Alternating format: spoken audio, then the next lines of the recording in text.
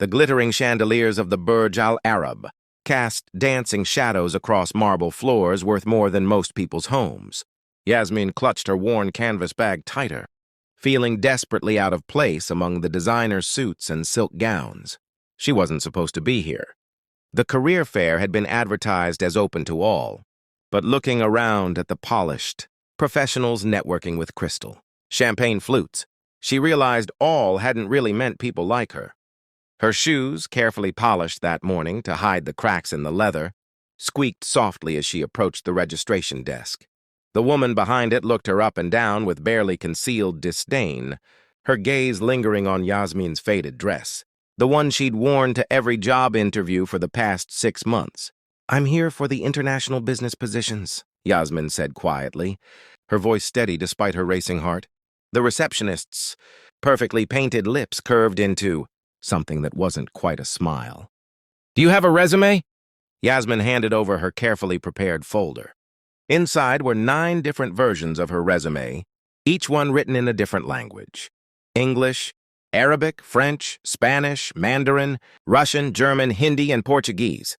She'd spent 3 years teaching herself these languages using library books, free online courses, and conversations with tourists near the spice market where she worked. The receptionist barely glanced at them before setting the folder aside. "We'll keep these on file. Next." But Yasmin didn't move. She couldn't. This was her shot, maybe her only shot, to change everything for her family. Her mother needed surgery. Her younger brother deserved to finish school. Her sister's dreams of university shouldn't die in the dust of their neighborhood. "Please," Yasmin said, her voice cracking slightly. "I know I don't look like I belong here, but I can do this work. I've studied international business protocols, cultural negotiation techniques, and I speak 9 languages. Yes, I heard you." The receptionist's tone was ice. "Look, sweetheart, knowing how to say hello in 9 languages doesn't qualify you for these positions. These companies need experienced professionals. Not—" She waved her hand dismissively at Yasmin's appearance. The conversations around them had stopped. Yasmin felt dozens of eyes on her, burning with curiosity and judgment. Her cheeks flushed hot with shame, but she held her ground. She'd survived worse than this. She'd survived hunger. She'd survived watching her father work himself to death. She'd survived the weight of being her family's last hope. "I don't just know how to say hello," Yasmin said, lifting her chin. "I can negotiate business contracts, translate technical documents, and navigate cultural differences that—" A laugh cut through her words. It wasn't kind. It was the sort of laugh that dismissed and diminished in one sharp sound. Yasmin turned to see a man in his early 40s, impeccably dressed in what she recognized as a custom-tailored suit that probably cost more than her family's annual income. His watch caught the light, a flash of gold and diamonds. This was someone who'd never known the gnawing anxiety of choosing between medicine and food. "You speak 9 languages?" The man's English carried the smooth confidence of someone accustomed to being heard. His accent placed him as Gulf Arab, wealthy, powerful. That's quite a claim for someone who— He looked at her clothes, her bag, her worn shoes. "Well, let's just say it's quite a claim." The crowd around them had grown. Some looked uncomfortable, others entertained. Yasmin recognized the expression on their faces because she'd seen it before at every upscale hotel where she'd applied, every corporate office that had turned her away. They saw her poverty before they saw her potential. "It's not a claim," Yasmin said quietly. "It's a fact." The man smiled, but there was no warmth in it. "Humor me then. Say something in Mandarin." Yasmin's hands trembled slightly, but her voice didn't waver as she spoke in fluid Mandarin about the importance of mutual respect in business relationships and how true success was measured not in wealth, but in the positive impact we have on others' lives. The man's smile flickered. "Lucky guess. You probably learned that phrase by heart." "Then test me in another language," Yasmin said. "Any language? Ask me anything." What followed was 15 minutes that would change everything. The man fired questions at her in Russian, then German, then French. He asked her to translate complex business terms, to explain cultural nuances, to demonstrate her knowledge of international trade regulations. With each answer, his expression shifted from amusement to surprise to something harder to read. A small crowd had gathered, and someone in the back was recording on their phone. Yasmin answered every question. Her years of studying by candlelight when the electricity was cut off. Her countless hours practicing with language learning apps on a borrowed tablet. All of it poured into this moment. Finally, the man fell silent. He stared at her for a long moment, and Yasmin saw something change in his eyes. The mockery had vanished, replaced by something that looked almost like shame. "Where did you learn all this?" he asked, and this time his voice was different, softer, almost human.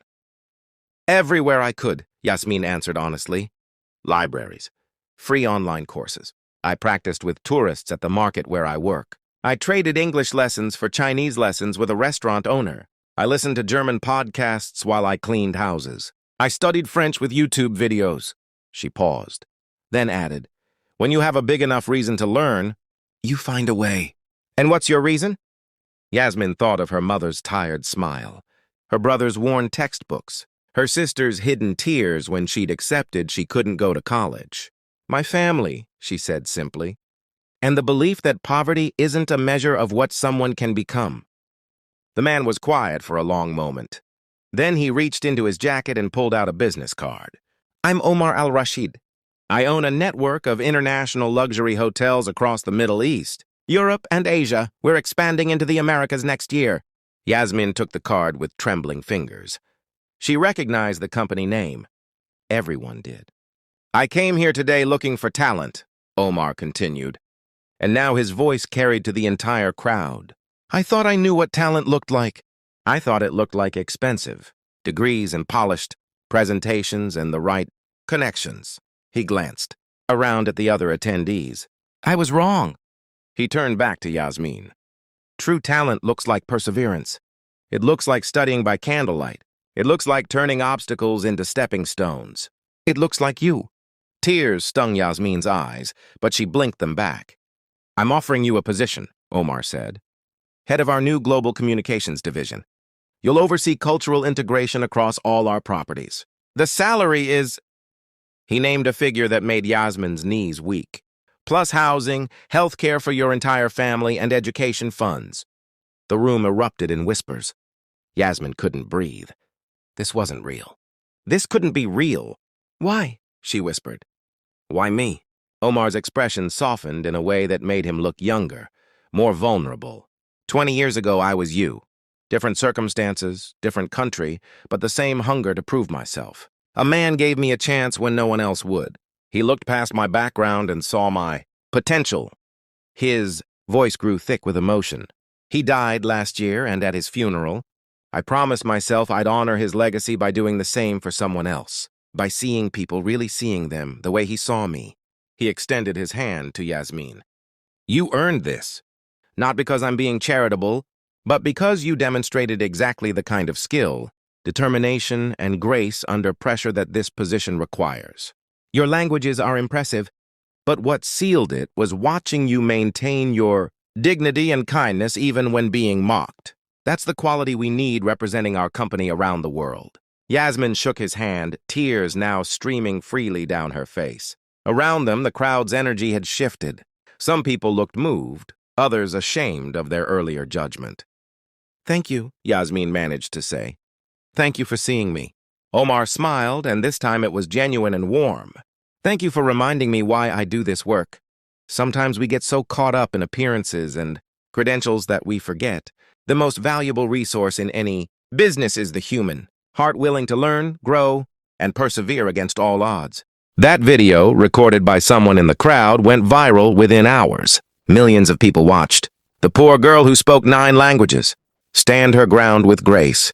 Watch the millionaire's expression change from mockery to respect. Watch the moment a life changed forever. But the real impact wasn't measured in views or likes. It was measured in the hundreds of companies that reached out to Omar, asking him to help them see past their own biases. It was measured in the scholarship.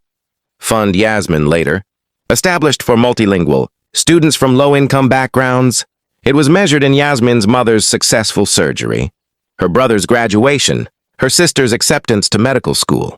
And it was measured in the quiet moment, 6 months later, when Omar visited Yasmin at her new office overlooking the Dubai skyline and said, You know what the most important language is?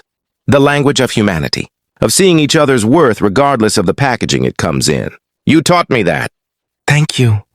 Yasmin looked out at the city lights, thinking of the girl who'd walked into that career, fair with holes in her, shoes and hope in her heart. We all deserve to be seen, she said softly.